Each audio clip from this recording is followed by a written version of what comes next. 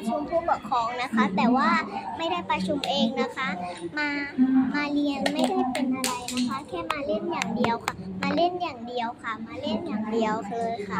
มาเล่นอย่างเดียวนะคะ มาเล่นอย่างเดียวนะคะ นี่คือคนชวนเล่นนะคะเฮลโลหาย เฮ้เฮ้เฮ้เฮ้เฮ้ให้มุกนี่นะคะมาประชุมผู้ปกครองแต่ว่า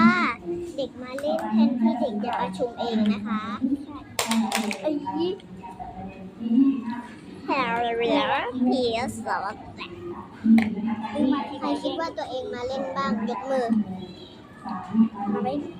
ดูค่ะใครคิดว่าตัวเองมาเล่นบ้างยกมือใครคิดว่าตัวเองมาเล่นบ้างยกมือค้างไว้ใครคิดว่าตัวเองมาเล่นยกมือค้างไว้โอเคครบแล้ว